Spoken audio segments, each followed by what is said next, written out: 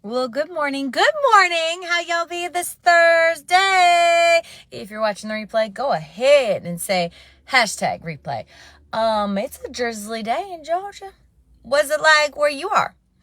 So this weekend, actually, it's so interesting because since I have been in Georgia, there really hasn't been much opportunity for, teaching and preaching, like when I was in Washington. But this weekend, I actually find myself, me, myself, and I, in the mountains on a retreat, a 3 or 4 day getaway where intercessors will just be praying for specifically the state of Georgia. And this group goes through all the 50 states. And I believe this is state 25, if I'm not mistaken.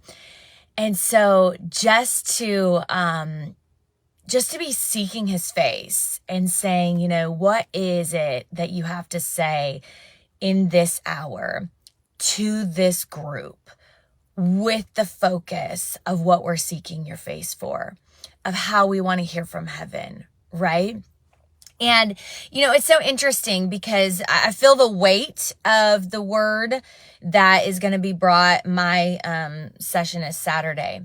And I feel the weight of that. But, it was interesting to me because as I was driving here this morning, knowing that I was going to pop on a car chat, knowing that it would probably be brief because honestly, I just want to stay focused in, honed in on what he's speaking to me for this weekend. I just thought about times and I thought about seasons. And, I've kind of come to this place where I stopped trying to figure it out, which is really opposite of my personality, right? My personality is have your ducks in a row, know what's coming, figure it out. But I've just come to this place in my walk with him that I'm like, I could have never foreseen Georgia. Like back when I lived in Washington, never ever in my wildest dreams would I thought he would completely pick up my family of 6 and uproot us across the nation. Never. And I don't sit here and I don't think about what's next. Instead, I sit here and I think, okay, what is it that I'm supposed to get out of this season? How can I show up at my best in this season? How can I bring him glory in this season? I'm not necessarily focused on the past, although I hope I've absolutely learned my lesson from those, right? I'm not looking forward to the future and what's next and what's coming because that isn't here. I don't have to be consumed with that, whether it be the excitement of the future or the worries of the future. Neither serves me today. Today, I put my hand to the plow.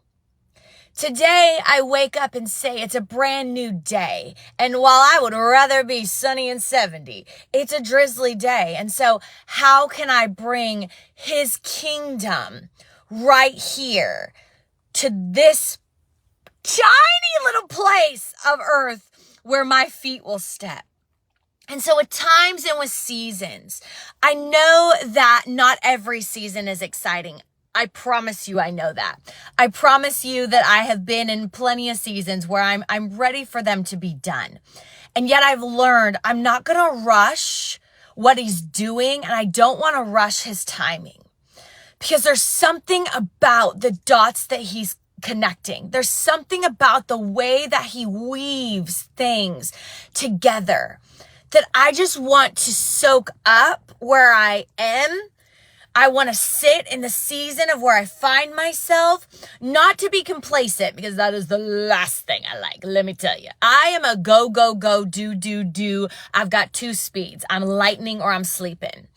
But again, that's the natural wiring of Amber.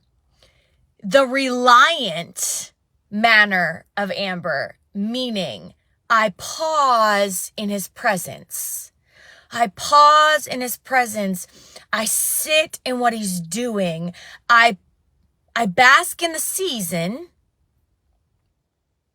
even if I don't even fully understand what's going on around me.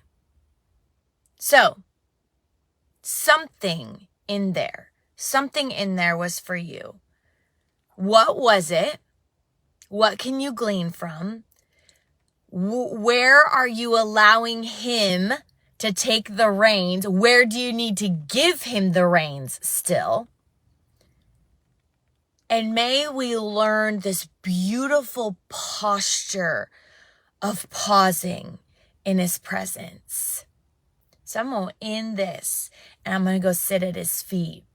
And I'm going to continue to hear from heaven for what he has to say this weekend to a powerful group of intercessors that want to see his kingdom come right